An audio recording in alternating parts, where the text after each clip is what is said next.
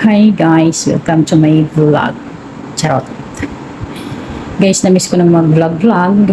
So, tara, linis muna tayo ng kwarto. Samahan niyo ako.